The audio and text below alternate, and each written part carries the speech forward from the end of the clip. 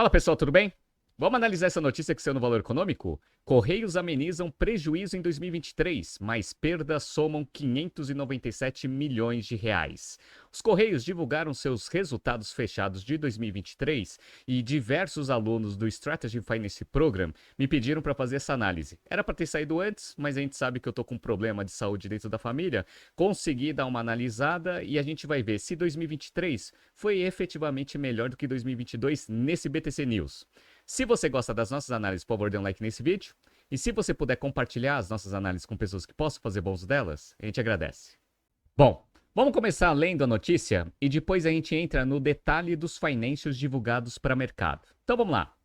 Os Correios registraram um resultado líquido negativo de 597 milhões de reais em 2023, uma redução de 22% em relação ao prejuízo observado no ano anterior. Já cabe uma observação aqui, eu vou mostrar para vocês que o resultado de 2022 foi muito melhor do que o de 2023, apesar dessa redução do prejuízo líquido, mas a gente vai ver mais tarde. O resultado consta de balanço aprovado pelo Conselho de Administração da estatal. Ao valor, o presidente dos Correios, Fabiano Silva, afirmou que a trajetória demonstra que a empresa não precisa de aportes do Tesouro. Ele projeta para 2024 um lucro líquido de 150 milhões de reais. Bom, vamos para as justificativas do porquê desse prejuízo. Vamos lá. O resultado de 2023 foi impactado negativamente pelo desembolso de 2 bilhões de reais que os Correios precisaram fazer para levar adiante o plano de equacionamento do déficit da Postalis, o fundo de pensão dos funcionários da estatal.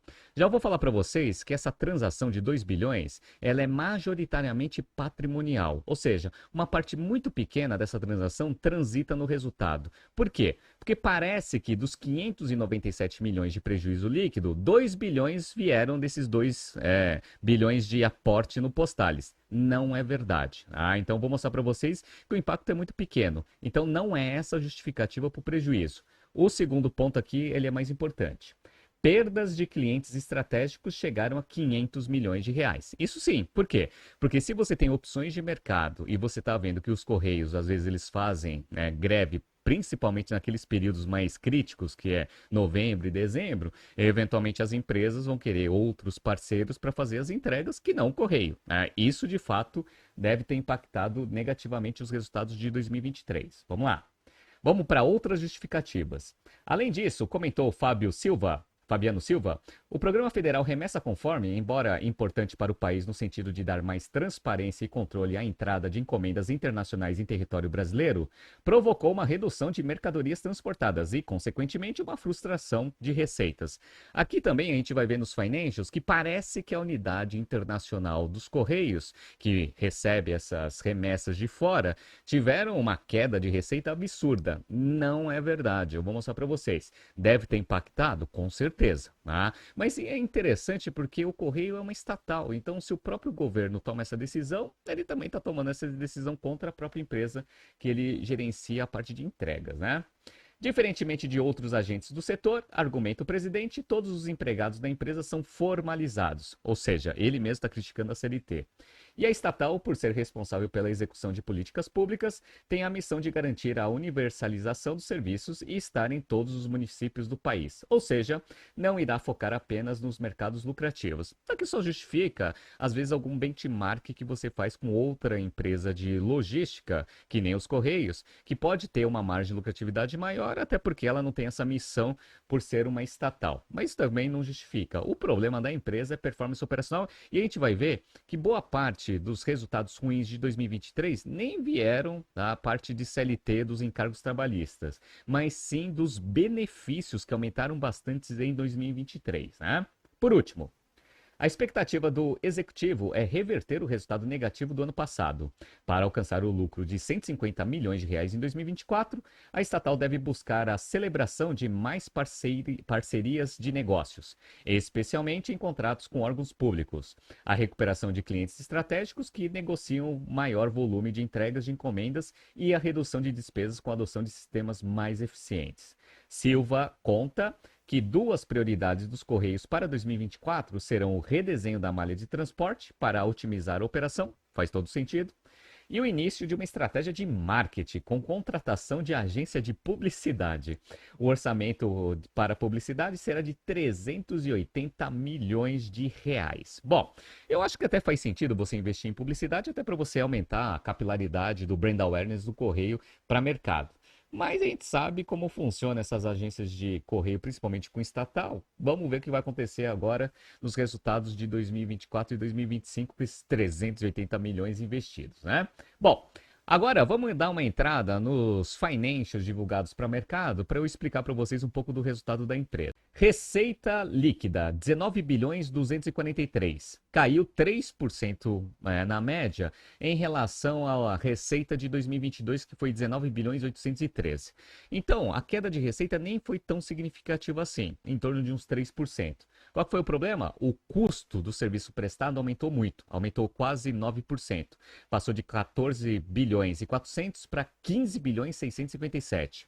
O que fez o lucro bruto cair em torno de 35%, passando de 5 bilhões e 300 para 3 bilhões e 500.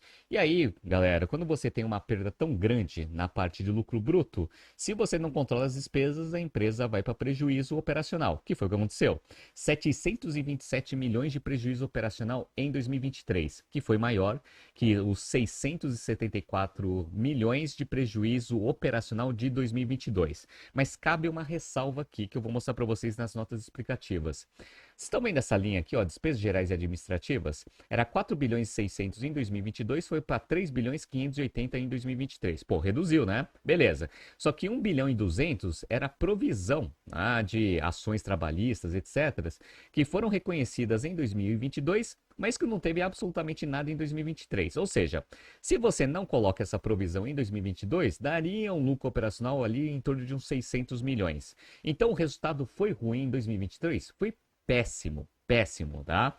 Então, prejuízo de 727, e aí você tem o resultado financeiro positivo em 43 milhões, que chegou aqui no prejuízo líquido de 596,6, ou seja, os 597 milhões da reportagem. Esse prejuízo ele foi menor do que os 767. Mas a gente já viu que 1 bilhão e 200 é provisão e ainda tem o fato da empresa ter diminuído bastante seu nível de alavancagem em 2022, o que fez o resultado financeiro de 2023 ser muito melhor do que de 2022. Ou seja, o resultado de 2023 foi muito ruim, tá? Muito pior do que o de 2022, né? Bom, uma coisa interessante aqui também, para a gente já colocar alguns argumentos contra a notícia, é o seguinte, ó. Aqui tem abertura por linhas de receita. Então vamos lá, ó. Encomendas. Encomendas teve uma queda de 1 bilhão de reais comparado com 2022, né? Foi 10 bilhões e meio contra 9 bilhões e meio. Mensagem também teve uma queda, mas foi menor ali em torno de uns 300 milhões, de 4 bilhões e 900 para 4 bilhões e 600. Olha o internacional. O internacional cresceu pra caramba, foi de 3 bilhões e meio para 4 bilhões e 400. Compensou bastante a queda das outras duas. Mas lembra que na notícia o presidente falou que o grande impacto do resultado também foi o remessa conforme? Olha, pode ter impactado aqui? Pode, mas houve um crescimento aqui significativo. Inclusive foram as remessas internacionais que seguraram o resultado em termos de receita do negócio, né? Então, mais um argumento aí derrubado pelos próprios financials. Qual que foi o grande problema, pessoal? O custo. Olha aqui, ó. E o custo, majoritariamente, veio deste aumento desta linha aqui, ó. Pessoal, foi de 9 bilhões para 10 bilhões, mais de 10% de aumento, né? Beleza. Aí você pode pensar, bom, provavelmente os Correios contrataram mais gente para conseguir melhorar o seu serviço, certo? Errado. Por quê, ó? Quando você pega a quantidade de empregados ativos, era 87.571 em 2022, foi para 85.884, ou seja, 2 mil funcionários a menos ali quase, né? Beleza. Qual foi o grande problema? O grande problema foi aqui, ó, benefícios médios. Eles aumentaram quase 30%, foi 27% de aumento dos benefícios, muito concentrado em assistência médica e odontológica e vale alimentação, refeição e cesta básica. Então aumentou bastante os benefícios para os funcionários em 2023, o que trouxe um aumento significativo do custo, como a gente viu, 1 bilhão de reais com menos gente, hein? Beleza. E na parte de despesa, pessoal? Na parte de despesa, pessoal também contribuiu negativamente. Por quê? Ó, era 2 bilhões e 100 em despesas com o pessoal, foi para 2 bilhões e 400, um aumento ali em torno de uns 15, 16%, né?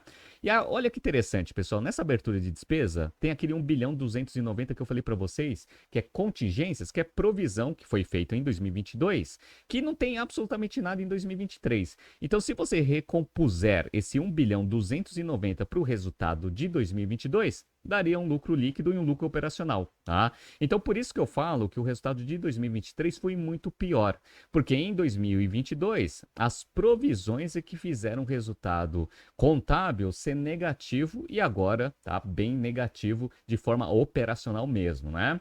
Beleza. Em termos de fluxo de caixa, também houve uma piora significativa. Só para vocês terem uma ideia, em termos operacionais, os Correios geraram 1 bilhão 678 de caixa operacional em 2022. Em 2023, 682, ou seja, uma queda de quase 1 bilhão de reais de geração de caixa operacional. Olha que interessante, né? E aí a empresa ela teve que resgatar 887 de aplicações financeiras para conseguir ficar com caixa um pouquinho maior no final de 2023, para 375 milhões contra 91, ou seja, ele teve uma variação positiva da conta caixa de 284, mas a gente já viu que isso não veio de operação, ele veio de principalmente resgate de aplicações que a empresa tinha para conseguir fazer o caixa ficar um pouco maior ali no final do ano passado, né? Em termos de balanço, pessoal, os Correios eles têm um balanço bem interessante, né? Por quê? Índice de liquidez corrente, ó, 3 bilhões 600 de ativo circulante contra 5 bilhões 700 de passivo circulante, né? Ou seja, índice de liquidez corrente menor do que 1, a empresa sempre tem bastante dificuldade. Ou seja, será que a empresa não vai precisar da ajuda do Tesouro, como mencionou o CEO dos Correios para 2024? Acho bastante difícil, apesar de ter uma geração de caixa positiva, talvez, dependendo de como for o ano de 2024, vai precisar de algum resgate do Tesouro mais cedo ou mais tarde, né? Outra coisa que eu acho muito interessante dar uma olhada foi o crescimento de uma conta em 2022 que se manteve em 2023, que foi essa conta aqui de passivo não circulante, que são processos judiciais. No início de 2022 tinha 1 bilhão 234 no passivo não circulante. Agora tem 2 bilhões 475. O que aconteceu aqui, né? Eu dei uma olhada nessa nota explicativa, que são passivos contingentes aqui. O aumento significativo veio de passivos trabalhistas. Então, vários processos que o Correio tem e que ele já sabe que vai perder, esses valores aqui eram 1 bilhão 287 no final de 2022. No final de 2023 já tem 3 bilhões 367. Ou seja, já são processos que o Correio já perdeu ou tem grande probabilidade de perda que ele vai ter que pagar, né? Que é para entidade, associativa, funcionários, entre outras coisas. Teve um aumento aqui de quase mais de 2 bilhões de reais nesses processos aqui no final de 2022 para 2023. Ou seja, resumindo, o resumo da ópera aqui para essa notícia é que o resultado dos Correios foi muito pior em 2023 do que em 2022. Para isso, a gente precisa ter um entendimento das demonstrações financeiras para a gente conseguir fazer essa análise que eu fiz com vocês. Entrar no detalhe das nossas explicativas, ver exatamente o que aconteceu, porque quando você lê a notícia, parece que os resultados foram melhores, né? Uma redução de 22% no prejuízo líquido comparado com o ano de 2022. Mas analisando friamente os números, a gente vê que 2023 foi um ano muito pior e que muitas das coisas que o CEO colocou ali na reportagem não necessariamente são as justificativas reais para o resultado ruim da empresa. O que vai acontecer para 2024? Não se sabe. A gente está vendo que a economia está desacelerando bastante, o varejo também.